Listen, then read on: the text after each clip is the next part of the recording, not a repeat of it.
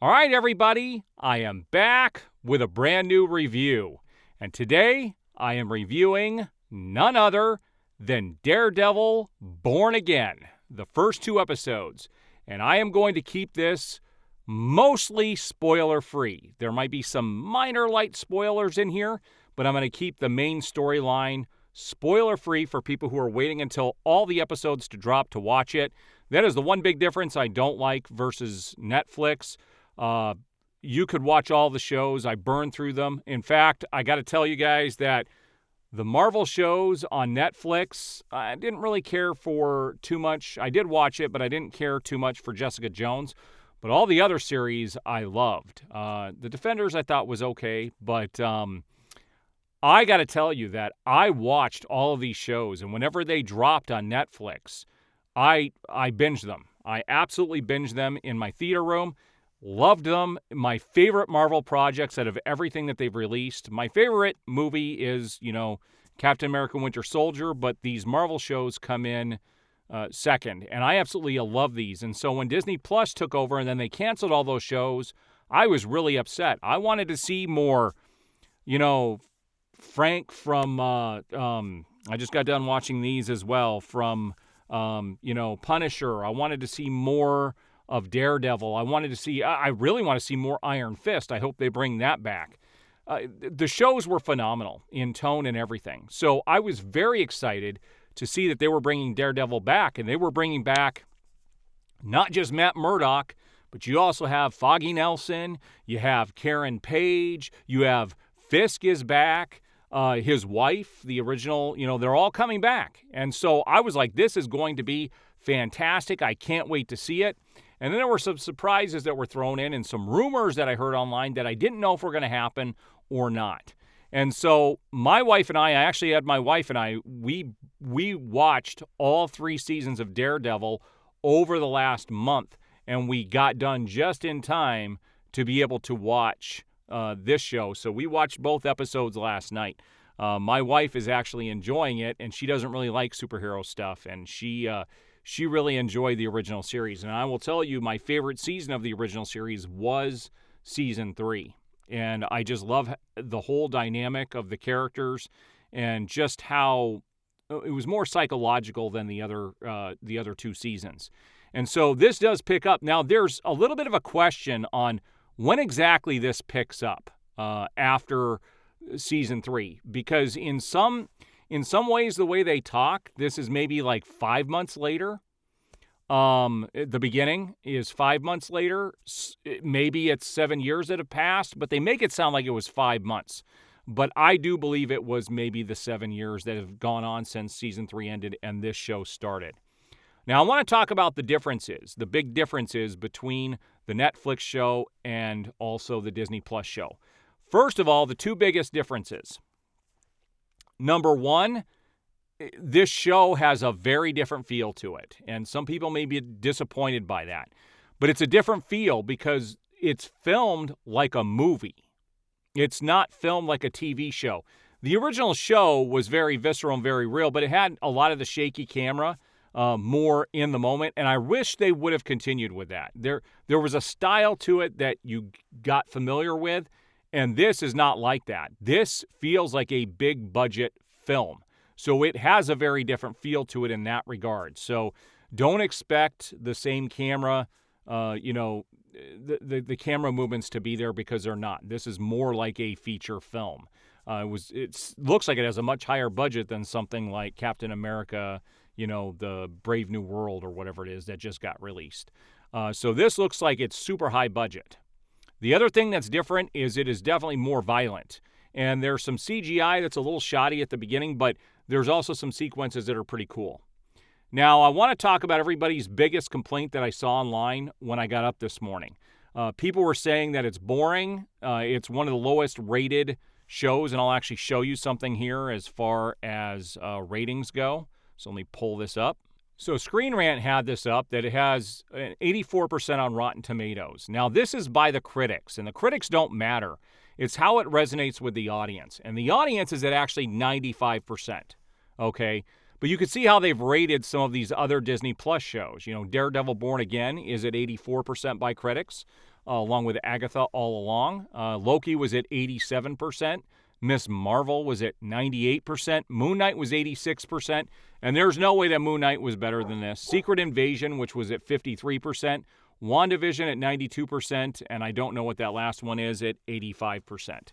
I will tell you that out of all of these shows and what I've seen, this Daredevil is definitely higher than any one of these. I could tell you I'm in that 95% bucket there. It is definitely worth watching. And let's talk about people's big complaint about it being boring. I did not find the first 2 episodes boring. There is some character building in there. I mean, there's a big event that happens at the beginning of the first episode that does kick off, the rivalry between Fisk and Matt Murdock in a big way. And it is something that is going to trail throughout the season. Now, if you've watched the trailer, you already know this, but the only spoiler I'm going to give away in this is that, Daredevil has given up being Daredevil, and Fisk is he's on a more righteous path. But this is about their inner struggles and them becoming who they were and them not denying who they actually were. And yes, you get to see that in spades in these first 2 episodes. There's a meeting between Fisk and Matt Murdock, which is very interesting. And it's going to keep you engaged. So there is a lot of character building. There's not a whole lot of action in the first 2 episodes. I will tell you that. And I think people were complaining about that. I'm sure there's going to be a lot coming up. And in fact, I've heard that the season finale is incredible. Some people, some reviewers have actually been able to watch the entire season. And people say that finale is going to be one of the best things that's ever happened with superhero television shows. And so I'm excited to get to the end of the season. I will be reviewing these episodes week to week and not giving away a whole lot. But know that the original cast is back, and we've got some interesting things that happen at the beginning of the episode. One of those things was meant to hit very emotionally, and for me, it wasn't as emotional as I was expecting it to be, simply because I think they rushed through the beginning too quickly. I think the whole first episode should have been devoted to the beginning of the show, and then maybe get into this kind of time jump that they do in the second episode. But I think the beginning, everything happened too quickly for my tastes. And I think because of that, it loses a little bit of the emotional impact that they were looking for. Also, one thing that is going to be, and this has been confirmed, that is going to be missing from this first season, or from it is the first season of Born Again, because they actually just started filming season 2, so we know there's going to be more next year. But it looks like hopefully they do these shows, and when they bring some of these back, that they do them once a year, and we don't have to wait years to get sequels to these. But one of the things is it's not going to be fully religious themed this year. It's not going to be deep in that. There were some things that happened in season 3 that I'm not going to give away for people who haven't seen it. Some big revelations, and I'm hoping that they explore a little bit more of that in the season. But from what I understand, the whole religious aspect is going to be almost completely missing from this show. I will tell you, in the first episode, it might have been the second episode, there is a moment where, and this is a minor spoiler, where Matt Murdock does visit the church, but he's only on the outside of the fence, and he's looking at the church, and he's basically just thinking about things that have happened in the past. But that's a quick moment, but that's it. Outside of that, he doesn't go into the church, doesn't talk about this big revelation that was revealed in season 3. And so I don't think the church is going to have anything to do with this season at all, from everything that I've heard. And I wish it would, because like I said, there was a big revelation in season 3 that I think has a lot to be explored still. But we'll see what happens. So if I had to give the first 2 episodes a rating, I would give them a 4 out of 5 stars, simply because a lot of the action was missing. There were some things going on, and you'll see why. But this is definitely building up to something big, and you can see that they're sowing those seeds here in these first 2 episodes to build up to what is going to happen later in the season. So I am very satisfied with it. I will be reviewing each episode as these weeks go by. So if you're interested in hearing what happens, and I will try to keep them as spoiler-free as possible. It is great to see these characters back. I will tell you that most of them don't look like they've aged, except for Vincent D'Onofrio. He does look quite a bit older. 7 years has passed. He's also lost a bit of weight. And they do mention that in the episode. And what's interesting in these first 2 episodes is if you go back and you watch the original Daredevil, they always did camera shots of looking at Vincent D'Onofrio from underneath to make him look larger. Well, in this, they definitely have the upper camera shots and the face, the directly on camera shots, which makes him look much smaller. So he's not the big driving force that he was even in something like Hawkeye. I think it was Hawkeye. I can't remember in what Disney show he was in. But in there, he was a big force to be reckoned with. Now, the one thing they don't address, which I think is extremely weird, is they're not addressing how he got out of jail. They didn't address it in the Disney Plus shows that he was already in, and they don't address it here.